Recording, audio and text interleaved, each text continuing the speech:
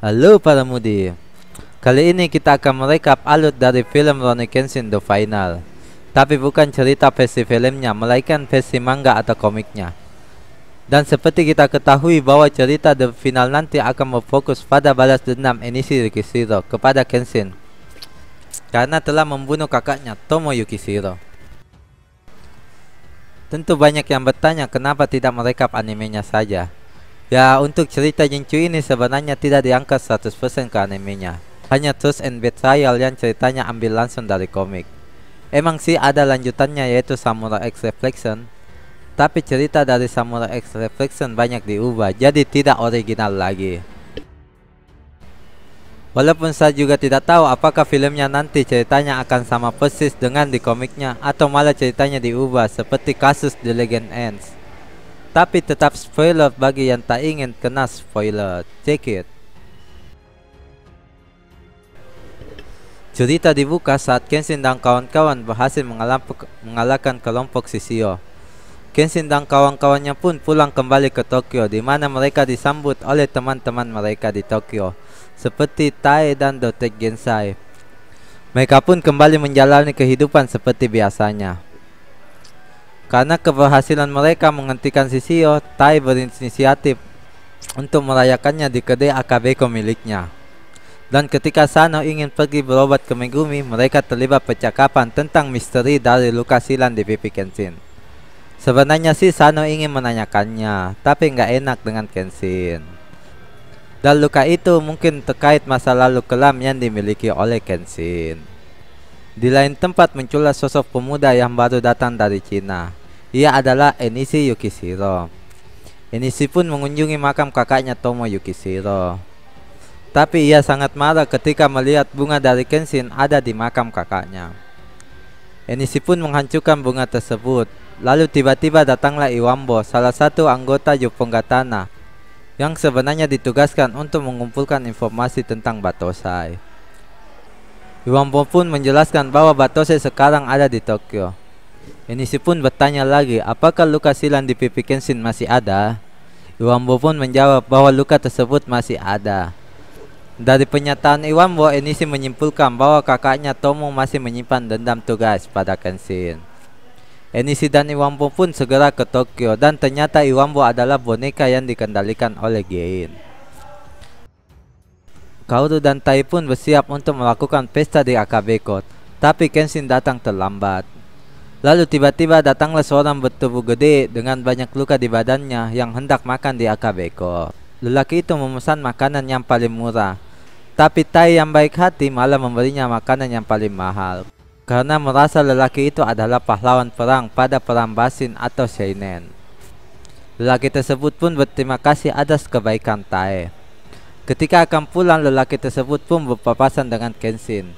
Kenshin sempat kaget dan merasa ia mengenal lelaki tersebut. Lelaki tersebut pun sebenarnya adalah teman dari Enishi Yukishiro yang bernama Yogo Kujiranami. Mereka berdua merencanakan untuk melakukan pemboman tugas di rumah makan Akabeko.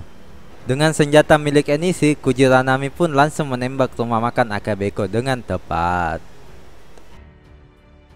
Kenshin dan kawan-kawannya yang sedang tidak berada di Akabeko mendengar suara tembakan tersebut. Tapi mereka belum mengetahui bahwa Akabeko lah yang tertembak meriam. Kenshin bertanya kepada polisi yang melintas bahwa yang tertembak adalah rumah makan Akabeko dan pelakunya ada di Bukit Eno. Ada di Bukit Yuno. Kenshin dan Sano pun ikut bersama polisi tersebut untuk melangkat pelakunya. Yaiko yang ingin ikut dilarang oleh Kenshin. Sedangkan Kaoru menemani Tai yang rumah makannya dibom. Untung saja pada saat itu restoran sedang tutup, jadi tak ada korban jiwa. Kenshin dan beberapa polisi pun sampai ke TKP. Dari bukti yang ada di TKP, Kenshin dan Sano mencurigai bahwa Kujiranami lah yang sempat makan di rumah makan Akabeko yang melakukan pemboman tersebut. Dan Kenshin juga menemukan selembaran yang bertuliskan Jinchu, yang artinya pembunuh manusia berdosa. Yang artinya jika hukuman dari Tuhan kepada manusia berdosa tidak kunjung datang, maka manusialah yang akan melakukannya. Kenshin pun menyadari bahwa peristiwa tersebut adalah ulah dari seseorang yang ingin membalas dendam padanya, dan kertas itu ditujukan kepadanya. Di lain tempat, Enishi telah berkumpul dengan kelompoknya yang diberi nama Rukonin Nakama. Rukonin Nakama ini adalah kelompok yang dibuat oleh Enishi untuk melancarkan jinjunya kepada Kenshin. Terdiri dari Gen, Inubajin, Otowa Hayoko, Kujiranami Yogo, dan Yatsume, yang masing-masing anggotanya punya dendam pribadi dengan Kenshin, walaupun tidak semuanya sih. Ada juga yang bergabung hanya untuk meningkatkan kualitas bertarungnya. Rencana mereka tidak langsung ingin menyerang Kenshin, tapi terlebih dahulu menyerang mentalnya dengan mengincar orang-orang yang dekat dengan Kenshin. Enishi pun mengirimkan dua anggotanya, yaitu Inubajin dan Otowa Hayoko, untuk melakukan penyerangan di dua tempat berbeda secara bersamaan. Dalam perbincangannya dengan Gen, Enishi mengungkapkan bahwa rencananya bukan untuk membunuh Kenshin, tapi untuk membuatnya menderita sedalam-dalamnya.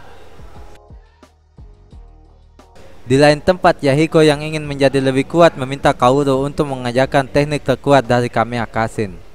Tapi Kaoru menolak dan mengatakan Yahiko sudah sangat kuat sekarang di umurnya yang masih belia.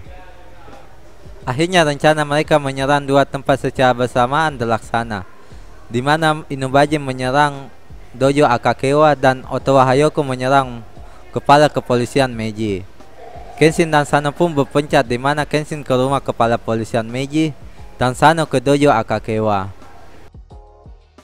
Sano pun berhasil mengalahkan Inubajin, dan Kenshin juga dapat mencegah pembunuhan Pak Polisi. Tapi Pak Polisi tersebut terluka akibat ledakan. Setelah berhasil mencegah pembunuhan, Kenshin pun langsung pulang sambil bertanya-tanya siapa dalang di balik semua ini. Lalu Kenshin bertemu dengan pria misterius yang tak lain adalah Enishi Yukishiro, adik dari Tomo Yukishiro, istri Kenshin terdahulu. Enishi pun mengakui bahwa ia adalah dalang di balik semua peristiwa yang menimpa Kenshin, seperti penyerangan di rumah makan Akabeko dan lain-lainnya. Enishi juga sedikit curhat tentang masa lalunya, bahwa setelah Kenshin membunuh kakaknya Tomo, ia hidup sangat menderita, bahkan sampai harus memakan makanan busuk untuk bertahan hidup. Jika bukan karena dendamnya pada Kenshin, ia mungkin sudah mati. Lalu ada seorang keluarga kaya yang mengadopsi dirinya. Tapi bukannya berterima kasih, Enishi malah membantai keluarga tersebut dan menguasai harta kekayaannya, lalu pergi ke Cina. Di Cina, Enishi menjadi pedagang senjata yang cukup terkenal. Ia jugalah yang menjual kapal Rengaku milik Shishio. Setelah mendengar curhatan Enishi, Kenshin meminta Enishi untuk membunuhnya, tapi Enishi menolak dan mengatakan ia harus merasakan apa yang dulu ia rasakan. Dan Enishi pun memperingatkan Kenshin bahwa Jinchu sebenarnya akan datang 10 hari ke depan, yaitu di dojo Kaoru Kamiya. Ia pun meminta Kenshin untuk bersiap-siap. Kenshin lalu pulang ke dojo dengan keadaan lesu. Dalam tidurnya, Kenshin sempat bermimpi berada di genangan mayat dan melihat sosok gadis. Kenshin awalnya mengira gadis tersebut adalah Kaoru, tapi setelah didekati ternyata itu bukanlah Kaoru, melainkan Tomo Yukishiro.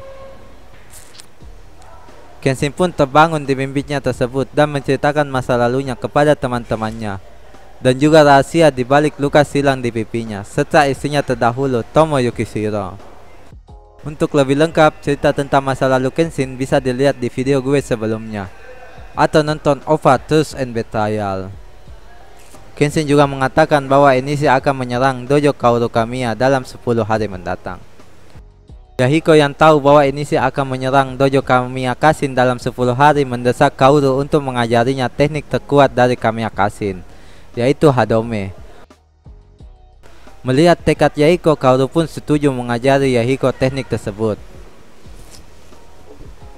Sementara itu, Hajime Saito dan Cho, mantan anggota Jepang Gatana yang saat ini bekerja pada Saito, juga ditegaskan untuk menangkap Enishi karena telah menjual kapal perang Rengaku kepada Shishio. Pada malam harinya, teman-teman Kenshin berkumpul dan menyusun rencana melawan Enishi dan kelompoknya. Mereka menyimpulkan satu-satunya cara meredam amarah Enishi yaitu memberikan buku harian Tomo yang berisi curhatan hati Tomo sewaktu masih hidup, dan Tomo sebenarnya sudah tidak memiliki dendam lagi dengan Kenshin. Tapi masalahnya buku tersebut berada di Kyoto. Kenshin pun meminta bantuan kelompok Onibawansu yang berada di Kyoto.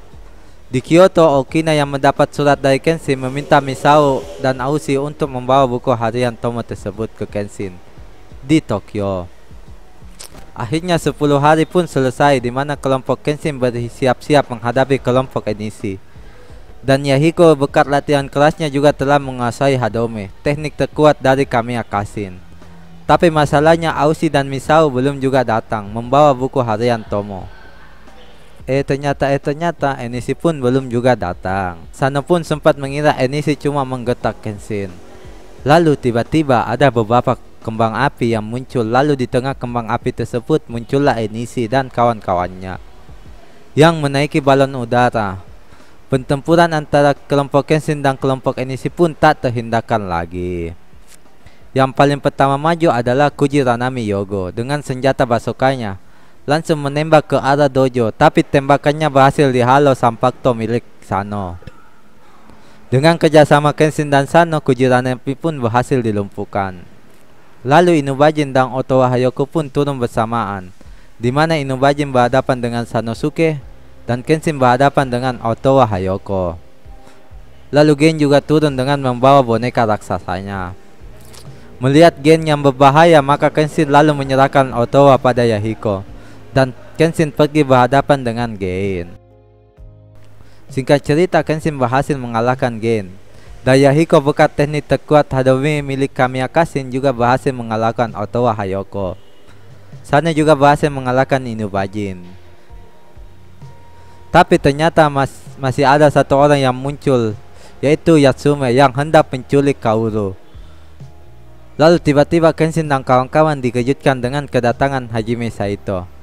Megumi meminta tolong kepada Saito untuk melawan Yatsume, karena Kenshin harus menyimpan tenaganya untuk melawan Enishi. Hajime Saito pun mengiyakan dan berhasil mengalahkan Yatsume. Saito yang ingin membunuh Yatsume dihalangi oleh Kenshin dan mengatakan ia tak ingin ada yang mati dalam pertempuran ini. Dan setelah semua anggotanya kalah, Enishi pun perlahan turun dari balon udara dan berhadapan dengan Kenshin. Pertarungan Kenshin dan Enishi pun berlangsung sengit, di mana Enishi sempat menghalau jurus terkuat Kenshin, yaitu Amakakeru Ryuno Hirameki. Tapi sebenarnya rencana Enishi bukanlah melawan Kenshin. Enishi pun memintakan Gen untuk mengeluarkan asap tebal di bonekanya. Kenshin pun kembali melawan Enishi, tapi kali ini Kenshin dihalangi oleh Kujiranami, dan Enishi pun berhasil lolos. Di dalam kepungan asap yang tebal, Enishi mendekati Kaoru dan membunuhnya. Setelah berhasil melewati kepungan asap tersebut, betapa terkejutnya Kenshin dan kawan-kawan melihat Kaoru telah menjadi mayat.